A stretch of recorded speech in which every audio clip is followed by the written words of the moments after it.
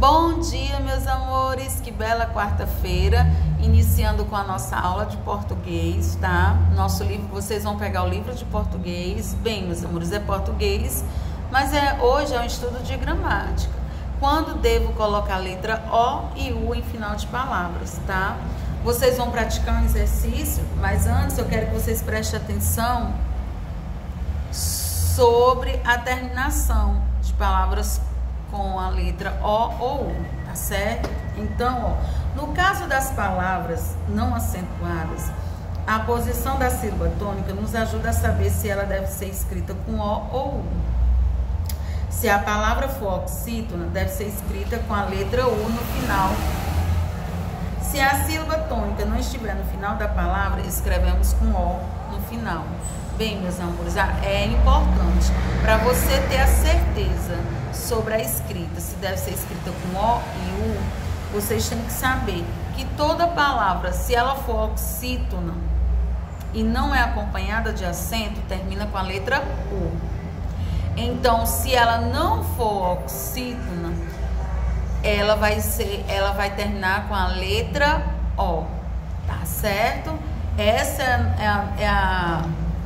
é o que diferencia para você ter o domínio sobre a escrita e a ortografia e saber onde deve ser escrito com U e com O, tá certo? Então, vocês vão praticar um exercício da página 204, tá? 205. Por quê? Porque aqui a ortografia do O e U a gente já sabe.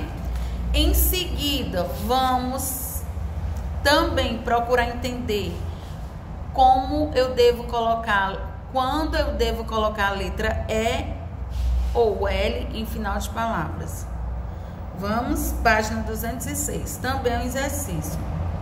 O objetivo dessa atividade é vocês abordar a leitura e a escrita de palavras terminadas com E em sílabas átono em final de palavra. Nesse caso, quando a palavra é paroxítona, sílaba tônica na última sílaba é terminada com E. A pronúncia, a depender da região do país, será muito próxima do som do L, do I, perdão, meus amores, do I. O que pode provocar dúvidas no momento de escrever. Nas atividades serão comparadas palavras terminadas em E em I, para ajudar os alunos a concluir, para poder ajudar vocês a concluir que as paroxítonas devem ser escritas com E no final. Apesar da sonoridade, lembrar o som da vogal I. Bem, eu vou dar um exemplo muito básico. O meu sotaque é diferenciado justamente por conta disso. Se escreve com E, mas a pronúncia, a sonoridade é de I. Vou dar exemplo, tá? Dindim, dindim, padim, meu padim, padrinho Cícero, de tia. Antes era bem mais chiado. Hoje eu tô trabalhando muito isso com o apoio da Fono. Então, mas quem me conhece de alguns anos atrás, sempre sempre eu pronunciava o di, não porque eu esteja falando errado, não, porque esse som pertence à minha região. Eu sou do Vale Jaguaribe, nasci no Jaguaribe, sou jaguaribana, mas me criei, a Icó me adotou, e quem é do Icó, faz parte do nosso sotaque, da nossa raiz, e eu me orgulho muito, tá?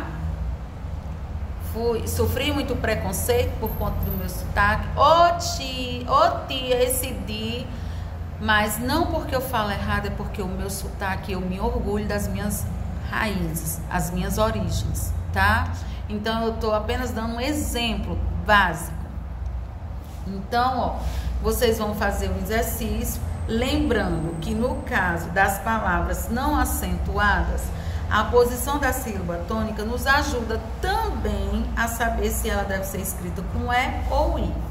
Se a palavra for oxítono, deve ser escrita com a letra I no final.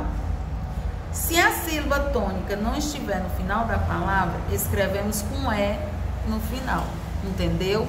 Então, toda palavra oxítona, ela é escrita com I no final.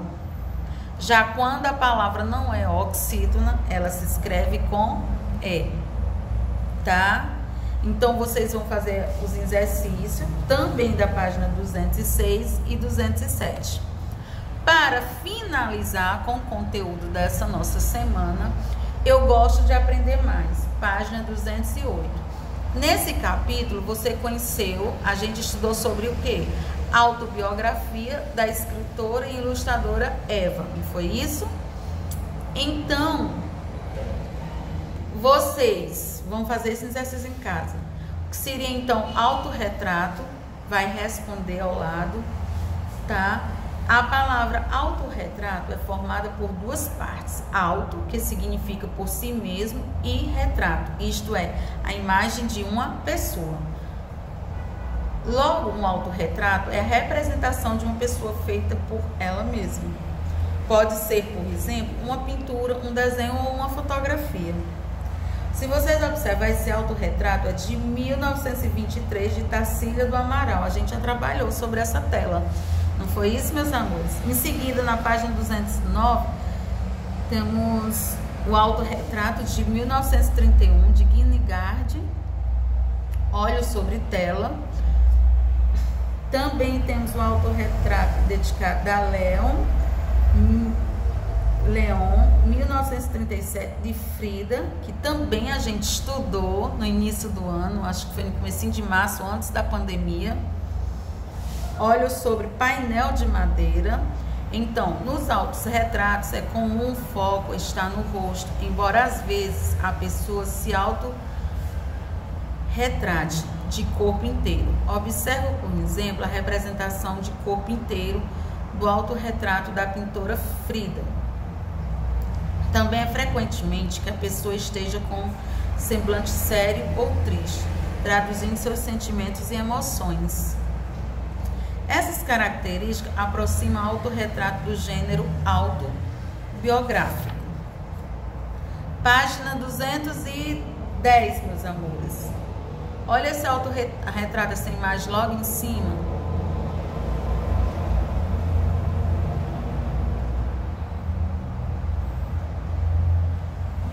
De Ismael Neri, 1928. Olhos sobre Tela. A pintura e o desenho foram forma mais comum de autorretratar, até bem pouco tempo. Hoje em dia, porém, a fotografia é um meio bastante usado. Mostrar a câmera para um espelho é um jeito simples de produzir autorretratos. Mas você também pode usar um aparelho celular ou um tablet.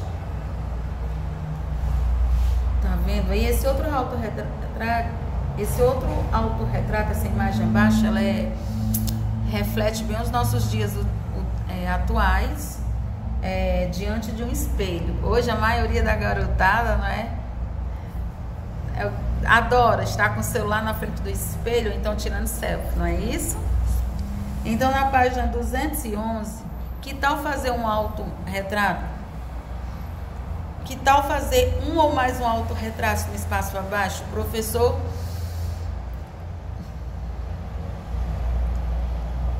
bem, esse autorretrato, se a gente estivesse em sala, a gente ia produzir ele, cada aluno com um tema.